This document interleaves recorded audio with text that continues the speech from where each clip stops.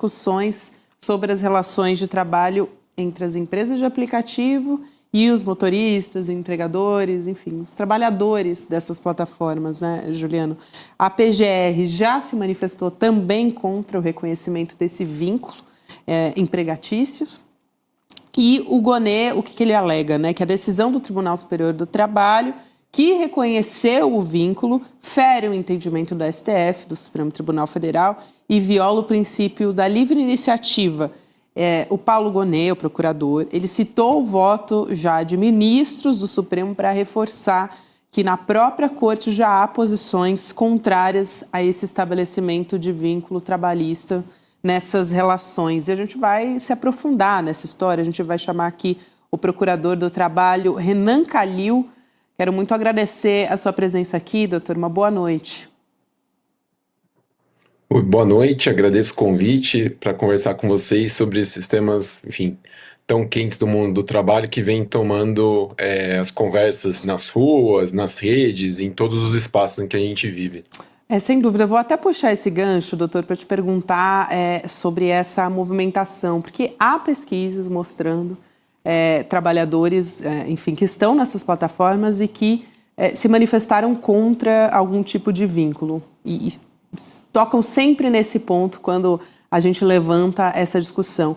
E, ao mesmo tempo em que isso aconteceu, a gente viu diversas movimentações. Assim que o governo encampou essa discussão, começaram a pipocar diversos vídeos nas redes sociais, muitos com fake news em relação a isso. Então, tem uma questão ideológica também embutida naquele discurso também de que os trabalhadores eles viraram empresários de si mesmos. Enfim, há uma grande discussão nesse sentido, porque se você pergunta para o trabalhador se ele é contra 13º salário, plano de saúde, nenhum se posiciona contra isso. É um grande impasse aqui. Essa discussão é muito delicada e muitos desses trabalhadores estão em condições de vulnerabilidade. Qual é o caminho para a gente começar a resolver essa questão? É por meio do Congresso também regulamentando? E qual é a regulamentação que contemplaria de fato essa população, né? Então, eu acho que a primeira pergunta que a gente tem que se fazer é tentar olhar para esse fenômeno e ver o que de fato está acontecendo, né? Porque esse debate sobre se esses trabalhadores são empresários, não são, que tipo de atividade que eles estão fazendo, é importante da gente se aprofundar um pouco e entender como que essa atividade se desenvolve, como que ela se desenrola na prática, né? E quando a gente olha mais de forma pormenorizada, como que os motoristas e os entregadores, especialmente, estão desenvolvendo as suas atividades, a gente vê que as plataformas exercem um grande controle sobre o que eles fazem, né? Os motoristas e os entregadores, eles não são capazes de colocar preço no trabalho que eles fazem. Se eles não aceitam as corridas ou as entregas que são enviadas para eles, eles sofrem punições, eles deixam de receber outros trabalhos, eles podem ser suspensos e bloqueados. Em muitas atividades de entrega, esses trabalhadores têm o tempo de trajeto vinculado a uma meta que a plataforma coloca de tipo de entrega, né? Então, algumas dessas plataformas têm um modo de entrega turbo, que promete a entrega em tempos muito curtos, o que em cidades muito grandes, que o trânsito é muito expressivo, como é o caso de São Paulo, acaba colocando esse trabalhador em risco, né? Porque ele se sente ele se sente pressionado para correr, para fazer essa entrega. Esses trabalhadores, eles são categorizados em determinadas faixas que as plataformas, em categorias que essas plataformas vão criar, em que conforme mais eles se comportam e trabalham de acordo com o que a plataforma quer que eles façam, eles vão subindo na pontuação na plataforma, eles vão recebendo mais corridas, recebem corridas que valem melhor, com preços melhores, então eles são de alguma forma premiados por se comportar conforme a plataforma quer. Tudo isso é uma forma de controle que as plataformas estão exercendo. Elas exercem esse controle por meios tecnológicos, isso é verdade, né? Elas conseguem desenvolver, por meio desse avanço de inovações tecnológicas que é adotado no trabalho delas, formas sofisticadas de controle, mas são formas de controle, né? A gente tem que ter clareza em relação a isso, para a gente não entrar numa ilusão de que esses trabalhadores de fato têm liberdade e autonomia para fazer o que eles querem, como eles bem entendem, como seria mais próximo do que um trabalhador autônomo faria, né? Então é fundamental da gente ter isso claro, a gente conseguir se debruçar e entender o que de fato está acontecendo. E você mencionou, né, algumas pesquisas que falam dos trabalhadores terem alguma resistência em relação ao vínculo. É verdade, né? Mas como você também mencionou, tem algumas pesquisas que quando a gente começa a perguntar se eles são contra salário mínimo, se eles são contra receber um valor, um piso, né, para que eles possam trabalhar, direitos relacionados com a saúde e segurança, eles não se mostram contrários, né? Mas mais do que isso, nas audiências públicas em que aconteceram debatendo o PLP 12 que o governo enviou para a Câmara dos Deputados, a gente viu muitos trabalhadores que não queriam um vínculo empregatício, é verdade, mas que também, ao olhar para a forma pela qual o trabalho que eles realizam, eles compreendem que esse trabalho não é livre. Eles compreendem que eles não estão desenvolvendo uma atividade autônoma, né? Então, obviamente que o Congresso eventualmente pode optar por regular essa atividade sob uma perspectiva de trabalho autônomo, mas que de fato essa liberdade seja assegurada. E os motoristas, por exemplo, no debate do PLP 12, eles têm perfeita compreensão de que eles não têm essa liberdade, que eles não têm essa autonomia, né? Então, esse é um outro elemento que me parece importante da gente olhar quando a gente se debruça sobre essas relações. Um outro ponto que é relevante da gente levar em consideração é olhar porque essas empresas fazem, né? Porque essas empresas, elas dizem que só fazem uma intermediação, elas só estão ligando alguém que quer fazer uma corrida com um motorista que está disposto a fazer essa viagem, ou então que elas são meras empresas de tecnologia, quando na verdade não é disso que se trata. Quando a gente abre o nosso telefone celular e acessa um aplicativo, seja para fazer uma corrida ou seja para receber uma comida em casa, a gente não está querendo uma solução tecnológica, a gente não está querendo um software, a gente não está querendo nada disso. A gente está querendo um transporte, ou o nosso para levar da nossa casa até a nossa escola, até o nosso trabalho, aonde quer que a gente queira ir, ou então a gente está querendo receber uma comida em casa, a gente está querendo receber um almoço, uma janta, um café, né? A gente está querendo um transporte. E é importante que a gente olhe para isso, para a gente compreender de fato o que essas empresas estão fazendo. Não nego que essas empresas adotam mecanismos tecnológicos sofisticados, mas isso não pode ser uma nuvem, isso não pode ser um véu que nos impeça de entender o que elas de fato estão fazendo. Claro. Doutor Calil, boa noite.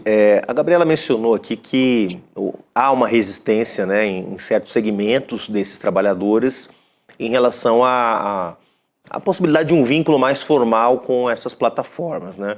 O governo enviou um projeto de lei para o Congresso Nacional, esse Congresso teve apoio em parte da categoria, foi criticado em parte desses trabalhadores também, mas há demandas concretas. Eu queria que você mencionasse, assim, bem concretamente, quais são as demandas daqueles setores, seja de mototaxistas ou motoboys, seja de motoristas por aplicativo, seja de outros serviços que existem, demandas concretas que aqueles setores que conseguiram minimamente algum nível de organização política, para não dizer sindical, porque há um esforço também de formação dos sindicatos dessa categoria, mas quais são hoje as demandas concretas, né, que esses setores estão demandando, né, para além do reconhecimento do vínculo, que alguns querem, outros não, mas há demandas concretas para além desse debate, né?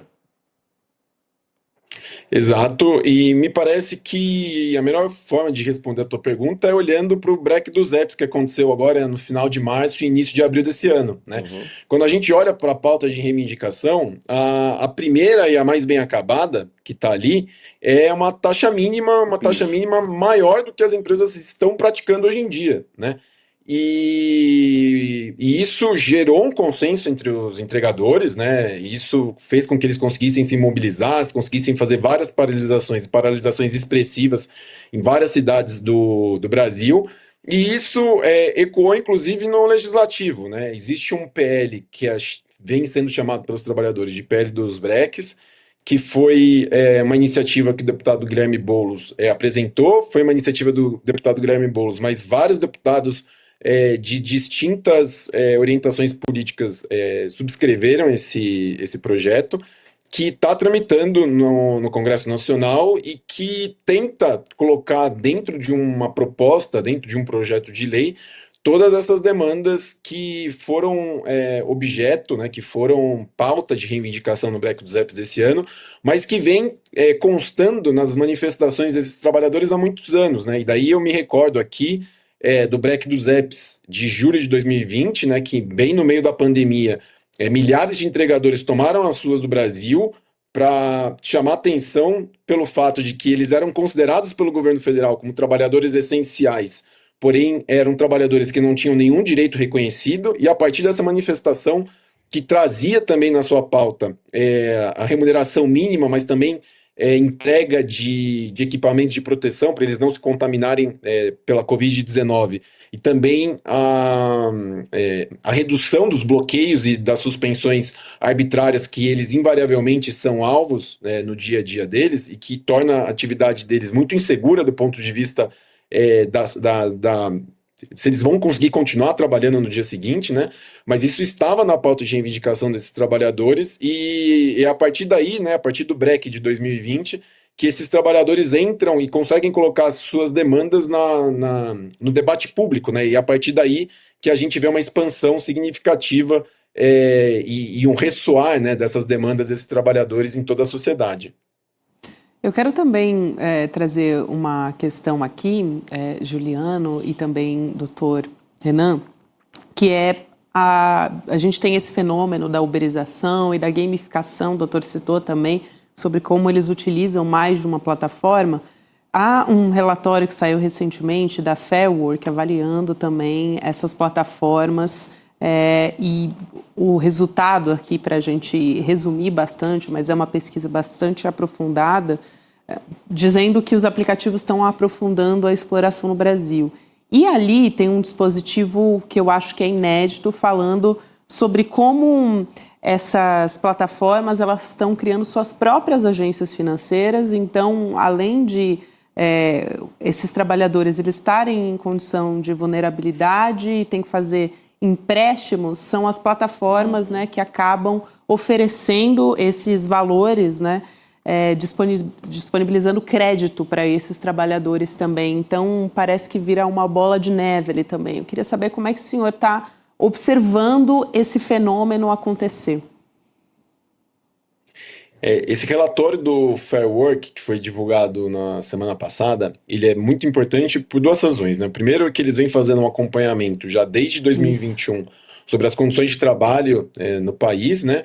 E as notas que as plataformas vêm recebendo, as que estão operando no Brasil e as mais famosas, né? As que têm maior mercado, são notas extremamente baixas, né? Desde que o relatório começou a ser realizado, nenhuma plataforma recebeu nota maior do que 2. Né? E isso numa escala de 0 a 10, quando o que elas estão olhando são condições básicas, mínimas de trabalho. Né? Uma plataforma receber um ponto não é que ela está cumprindo de forma satisfatória todos os direitos e está oferecendo condições muito boas. É que ela estaria fazendo o mínimo. Né? E daí esse relatório ele olha para várias questões sobre transparência, remuneração justa, representação dos trabalhadores, a forma pela qual eles conseguem levar suas demandas à frente, né? Então, a gente já teve 3 edições desse relatório que mostram que, de fato, né, a precarização ela é uma nota muito característica e permanente do trabalho em plataforma digital no Brasil. Mas o que chama atenção, e como você bem mencionou, né, parece que a gente está entrando numa nova fronteira da exploração do trabalho nas plataformas digitais e está chegando num novo patamar de precarização, porque esse relatório de fato ele demonstra que os trabalhadores estão começando a passar por processos de endividamento expressivos e isso acaba colocando eles num ciclo de dificuldade de sair, inclusive, da própria plataforma digital, né? Porque se esses trabalhadores começam a contrair dívidas com os braços financeiros dessas empresas, para poderem realizar o seu trabalho, seja para pagar uma parcela da moto, seja para conseguir pagar o combustível que, enfim, vem aumentando de preço e o valor da tarifa não acompanha esse aumento de preço de combustível, né? Então, se os trabalhadores passam a contrair dívidas com essas empresas e começam a ter dificuldade de pagar, eles vão procurar trabalhar cada vez mais, de forma mais intensa, em mais horas, para tentar quitar essas dívidas, né? E isso faz com que eles entrem num ciclo de trabalho permanente para tentar saldar essas dívidas que é preocupante, né? Porque, inclusive, essa tão propalada liberdade que esses trabalhadores teriam, me parece que essa é mais uma demonstração de que não é bem assim que as coisas estão se dando na prática, né?